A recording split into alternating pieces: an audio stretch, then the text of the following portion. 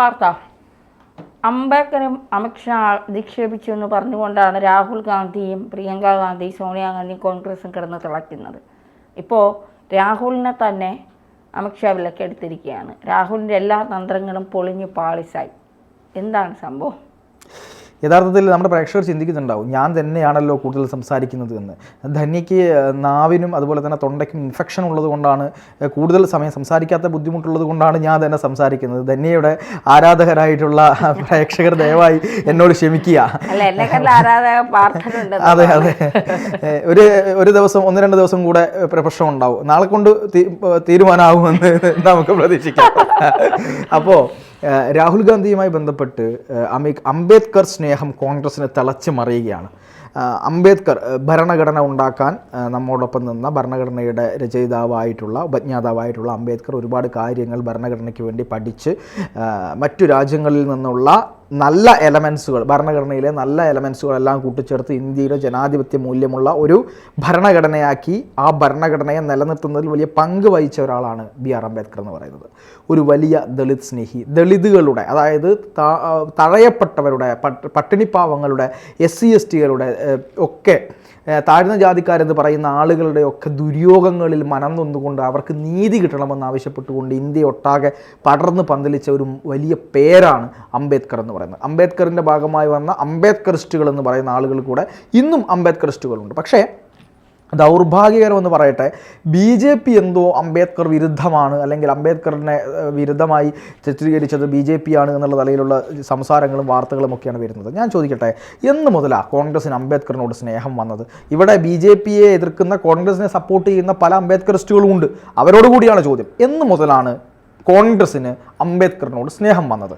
അതായത് നമ്മുടെ രാജ്യത്ത് ഒരു കോഡ് കൊണ്ടുവന്നു, ഹിന്ദു കോഡ് എന്ന് പറഞ്ഞൊരു നിയമം നടപ്പിലാക്കാൻ വേണ്ടി ശ്രമിച്ചു. ജവഹർലാൽ നെഹ്റു ഒക്കെ ഉള്ള കാലത്ത് ഈ ഹിന്ദു കോഡ് കൊണ്ടുവന്നപ്പോൾ അതിനെ ശക്തമായി എതിർത്തു BR അംബേദ്കർ. അംബേദ്കർ പറഞ്ഞത്, ഹിന്ദു വിഭാഗത്തിന് വേണ്ടി മാത്രം എന്തിനാണ് ഒരു കോഡ്, ഒരു സിവിൽ കോഡ്, ഒരു കോഡ് കൊണ്ടുവരുന്നത് എന്തിനാണ് എന്ന് ചോദിച്ചു. കാരണം ഹിന്ദു വിഭാഗത്തിന് മാത്രം കോഡ് കൊണ്ടുവരികയും ഇവിടുത്തെ ഇസ്ലാം, ക്രിസ്ത്യൻ, മറ്റു പാർസി വിഭാഗങ്ങളിലുള്ള ആളുകൾക്കൊന്നും ഒരു കോഡ്, ഒരു സിവിലൈസ്ഡ് ആയിട്ടുള്ള കോഡ് ഇല്ലാത്ത കാലത്ത് ഒരു വിഭാഗത്തിന് മാത്രം എന്തിനാണ് ഒരു കോഡിൽ ഉൾപ്പെടുത്തുന്നത്, ഒരു പൊതു നിയമം കൊണ്ടുവരുന്നതെന്ന് ചോദിച്ചപ്പോൾ അതിനിവർക്ക് മറുപടി ഇല്ലായിരുന്നു.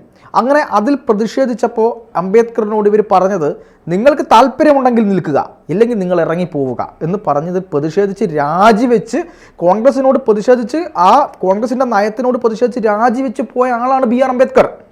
ആ അംബേദ്കർ പിന്നീട് മത്സരിച്ചപ്പോൾ, പിന്നീട് അദ്ദേഹം ലോക്സഭാ തെരഞ്ഞെടുപ്പിൽ മത്സരിച്ച സമയത്ത് അദ്ദേഹത്തിനെതിരെ സ്ഥാനാർത്ഥികളെ നിർത്തി അദ്ദേഹത്തെ പരാജയപ്പെടുത്തിയ പാർട്ടിയുടെ പേരെന്താണെന്നറിയോ? കോൺഗ്രസ് എന്നാണ് ആ പാർട്ടിയുടെ പേര്. അവരാണ് പറയുന്നത്, ഈ പറയുന്ന അംബേദ്കർ സ്നേഹം നിറഞ്ഞു തുളുമ്പി നിൽക്കുന്നത്. BR അംബേദ്കറിനോട് ഏറ്റവും കൂടുതൽ BR അംബേദ്കർക്കെതിരെ പ്രചാരണം നടത്തിയ ആളുകൾ ഒരു രക്ഷയുമില്ലാഞ്ഞിട്ടാണ് അംബേദ്കറെ അവരെന്ത് ചെയ്തിട്ടുള്ളത്, ഈ ഭരണഘടനയുമായി ബന്ധപ്പെട്ടും അതുപോലെ തന്നെ മന്ത്രിസ്ഥാനത്തേക്കൊക്കെ അവർ ക്ഷണിച്ചിട്ടുള്ളത്. ഇല്ലെങ്കിൽ അവർ അങ്ങനെ BR അംബേദ്കറെ ക്ഷണിക്കില്ലായിരുന്നു. അപ്പോൾ അംബേദ്കറെ അംബേദ്കറിൻ്റെ കാര്യം, അദ്ദേഹം നീതി എന്ന് പറയുന്ന ഒരു കാര്യമുണ്ട്, ന്യായവും നീതിയും നോക്കി പ്രതികരിക്കുന്ന ഒരാളാണ്. അതിന് അദ്ദേഹത്തിന് മതങ്ങളോ ജാതിയോ ഒന്നും ഒരു തടസ്സമായിരുന്നില്ല. 50 വർഷത്തെ കോൺഗ്രസിൻ്റെ ഭരണകാലഘട്ടത്തിനിടയിൽ ഇന്ത്യയിലെ ദളിതുകൾക്ക്, ഇന്ത്യയിലെ അംബേദ്കർ പറഞ്ഞ പാവപ്പെട്ട SC/ST ദളിത് ആളുകൾക്ക് എന്ത് മാറ്റം കൊടുക്കാൻ ഇവിടുത്തെ കോൺഗ്രസ് ഗവൺമെൻറ്റിന് സാധിച്ചു? ചോദ്യമല്ലേ ധന്യ?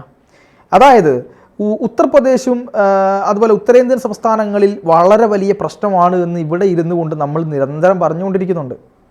BJP അധികാരത്തിൽ വന്നിട്ട് ഇപ്പം എത്രയായി?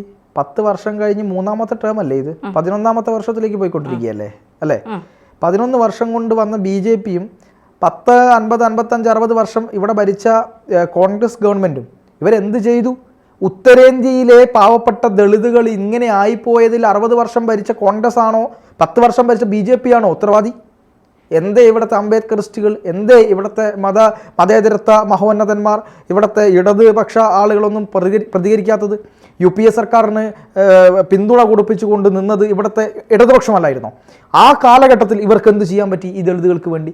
ഇന്നും ഈ ദളിത് ആളുകളുടെ അവസ്ഥ എത്രത്തോളം പരിതാപകരമാണ് എന്നുള്ളത് നമുക്ക് കൃത്യമായിട്ട് അറിയാം. ഒക്കെ പോട്ടെ, കേരളത്തിൽ മാറി മാറി ഭരിച്ചുകൊണ്ടിരിക്കുന്നത് ആരാണ്? ഇടതുപക്ഷവും കോൺഗ്രസുമാണ്. ഈ കോൺഗ്രസ്സിന് കേരളത്തിലെ ദളിത് വിഭാഗങ്ങളുടെ ഉന്നമനത്തിന് എത്രമാത്രം പങ്കുവഹിക്കാൻ കഴിഞ്ഞു? ആദിവാസി വിഭാഗങ്ങളുടെ കഷ്ടപ്പാട്, ആദിവാസി വിഭാഗങ്ങളെ ഒന്നും മാറ്റി നിർത്തൂ. അവർക്ക് ചില പ്രത്യേകതകളുണ്ട്. എന്ന് വെച്ചാൽ അവർ കാടിനോട് ഇണങ്ങി ജീവിക്കുന്ന, അവർ അത് ഇഷ്ടപ്പെടുന്ന ആളുകളാണ്. അതവിടെ നിൽക്കട്ടെ, അവരിലേക്ക് നമുക്ക് വരാം. ഈ SC/ST വിഭാഗങ്ങൾ ഇപ്പോഴും SC/ST വിഭാഗങ്ങൾക്ക് ഉണ്ടാക്കി കൊടുക്കുന്ന വീടുകൾ കോളനികളെന്നല്ലേ അറിയപ്പെടുന്നത്. കോളനികളാക്കി തിരിച്ച് SC/ST കോളനി ആക്കി തിരിച്ച് അവർക്ക് ഒരു നല്ല വീട് പോലും വെച്ച് കൊടുക്കാത്ത രീതിയിലേക്കുള്ള ഭവന പദ്ധതികൾ കൊണ്ടുവന്ന ഗവൺമെൻറ്റാണ് ഇവിടെയുള്ള മാറി മാറി വന്ന ഗവൺമെൻറ്റുകൾ. അവർക്കൊരു നല്ല വീട് ഉണ്ടാക്കി കൊടുക്കില്ല. അവർക്കൊരു ഒരു പ്രത്യേക ടൈപ്പ് ഓഫ് വീടുകളാണ് അവരെ അടയാളപ്പെടുന്ന രീതിയിലേക്ക് ഉണ്ടാക്കി കൊടുത്തിരുന്നത്. അവർക്ക് ഏതൊക്കെ SC/ST വിഭാഗങ്ങൾക്ക് ഇന്ന് കൃത്യമായി ജോലി ചെയ്യാൻ പറ്റുന്നുണ്ട്? അവരുടെ ജീവിത നിലവാരം മെച്ചപ്പെടുത്താൻ കഴിയുന്നുണ്ട്? അവർ ഏതൊക്കെ മേഖലകളിൽ മുന്നിട്ട് നിൽക്കുന്നുണ്ട്? സാഹിത്യ മേഖലകളിൽ, കലാമേഖലകളിൽ, IT മേഖലകളിൽ, രാഷ്ട്രീയത്തിൽ എത്ര ദളിതുകളുണ്ട്? ഇതൊക്കെ ചോദ്യമല്ലേ? ധന്യം ഞാനൊക്കെ ഇവിടെ നിന്ന് ചർച്ച ചെയ്തിരുന്നു. എനിക്ക് തോന്നുന്നു വയനാട്ടിൽ ഒരു ആദിവാസി യുവാവിനെ കാറിൽ കയറ്റി കൊണ്ടുപോയി ക്രൂരമായി വലിച്ചയച്ച് ആക്രമിച്ച സംഭവത്തെപ്പറ്റി നമ്മൾ കേട്ടു.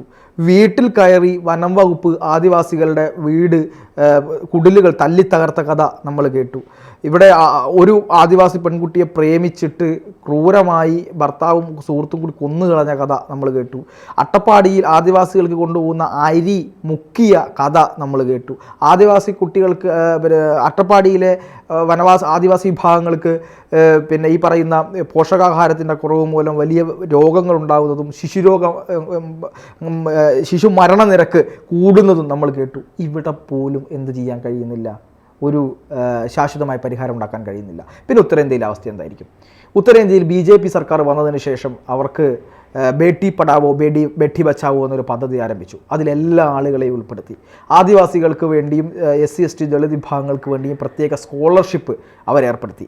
അതുപോലെ തന്നെ വിറകടുപ്പില്ലാതെ കഷ്ടപ്പെടുന്ന ആളുകളായിരുന്നു ഉത്തരേന്ത്യയിലെ പല ആളുകൾ. അവർക്ക് ശ്വാസകോശ ക്യാൻസർ കൂടുതലായി വന്നു. ഈ അടുപ്പിലൂതി പൊടി കൊണ്ടുള്ള പ്രശ്നങ്ങൾ കണ്ടപ്പോൾ ഉജ്ജ്വല യോജന വഴി അവർക്ക് ഗ്യാസ് അവർക്ക് എത്തിച്ചു കൊടുത്തു.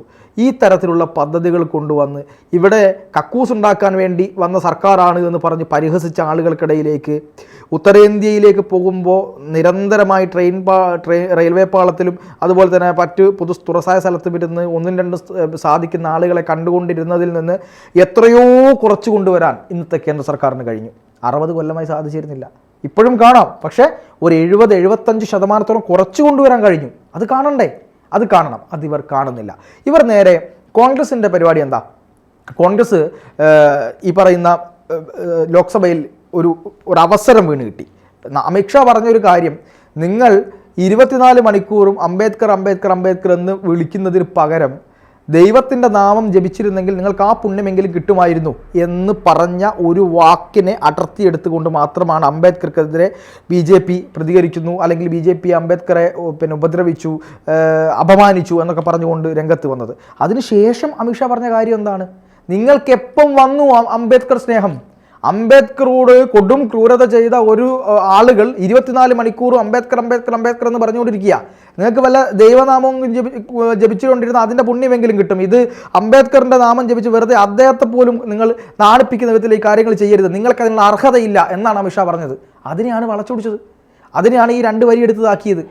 മനസ്സിലായില്ലേ? അപ്പോൾ അന്ന് ഈ സഭയിൽ ഇതിനെതിരെ ഒരു പ്രതിഷേധവും ഉയർന്നില്ല. കാരണം അദ്ദേഹം പറഞ്ഞത് എല്ലാവർക്കും മനസ്സിലായി. പിന്നീട് ഇതിനെ വളച്ചൊടിച്ച് പ്രക്ഷോഭങ്ങൾ ഉണ്ടാക്കാൻ ശ്രമിച്ചു, വലിയ സമരങ്ങൾ ഉണ്ടാക്കാൻ ശ്രമിച്ചു. അംബേദ്കർക്കെതിരെ എന്തോ പറഞ്ഞു എന്നുള്ള രീതിയിലേക്ക് കാര്യങ്ങൾ കൊണ്ടുവരാൻ ശ്രമിച്ചു. അംബേദ്കറും RSSും ഒക്കെ ആയിട്ടുള്ള ആശയങ്ങളിൽ വൈരുദ്ധ്യമുണ്ട്. അത് പണ്ട് മുതലേ ഉണ്ട്. പണ്ട് മുതലേ BJPയും RSSും ഒക്കെ ആയിട്ട് അംബേദ്കർ ആശയങ്ങളോടൊക്കെ പ്രശ്നമുണ്ട്. അത് അവർ തമ്മിലുള്ള ആശയധാരയുടെ വ്യത്യാസങ്ങളാണ്. പക്ഷേ അവർ നേരിട്ട് അംബേദ്കറെ ചതിക്കാൻ ശ്രമിച്ചിട്ടില്ല. അവർ നേരിട്ട് അംബേദ്കറെ ഇല്ലാതാക്കാൻ ശ്രമിച്ചിട്ടില്ല. അംബേദ്കറെ തെരഞ്ഞെടുപ്പിൽ നിന്ന് തോൽപ്പിച്ചതും പുറകിൽ നിന്ന് ചവിട്ടിയതും ഇറങ്ങിപ്പോകൂ എന്ന് പറഞ്ഞ് ആക്ഷേപിച്ചതും സൗകര്യമില്ല, അംബേദ്കറുടെ വാക്കുകൾ കേൾക്കാൻ ഞങ്ങൾക്ക് സൗകര്യമില്ല എന്ന് പറഞ്ഞതും ഒക്കെ കോൺഗ്രസിൻ്റെ ഗവൺമെൻറ്റുകളാണ്. അതേ കോൺഗ്രസിൻ്റെ ഗവൺമെൻറ്റുകൾ തന്നെയാണ് ഒരു കാര്യവും ഈ പറയുന്ന ദളിതുകൾക്ക് വേണ്ടി ചെയ്യാതെ അംബേദ്കറിസ്റ്റുകളെ ജയിലിലാക്കിയതും ചെയ്തിട്ടും ഈ പറയുന്ന ഭരണഘടന നിരന്തരമായി ഭരണഘടനയെ തൊട്ട് പറയുന്ന ആളുകളാണല്ലോ ഇവർ. ഈ ഭരണഘടന അമൂല്യമാണ്, ഭരണഘടനയെ ഇവർ അപമാനിക്കുന്നു എന്ന് പറഞ്ഞപ്പോൾ തന്നെ ഒന്നെടുത്ത് പരിശോധിച്ച് നോക്കിയാൽ അവസാനമായി നമുക്ക് ഒന്ന് പറയാം, ഒന്നെടുത്ത് പരിശോധിച്ച് നോക്കിയാൽ എത്ര തവണ അവരുടെ താല്പര്യത്തിന് വേണ്ടി ഇവർ ഭരണഘടന ഭേദഗതി ചെയ്തു. ഈ പറയുന്ന അടിയന്തരാവസ്ഥ കൊണ്ടുവന്നില്ലേ, ആളുകളെ ജയിലിൽ അടച്ചില്ലേ, എത്ര തവണ ഇവർക്ക് വേണ്ടി ഭരണഘടന ഇവർ മാറ്റിമറിച്ചു. BJP ചെയ്ത് എന്ത്, BJPക്ക് വേണ്ടി എന്താണ് ഇവർ ചെയ്തത്? ഇതൊക്കെ കൃത്യമായി ആളുകൾക്ക് മനസ്സിലാവും എന്ന് മാത്രമാണ് പറയാനുള്ളത്. അംബേദ്കർ സ്നേഹം, കള്ള നാണയങ്ങളെ തിരിച്ചറിയുക.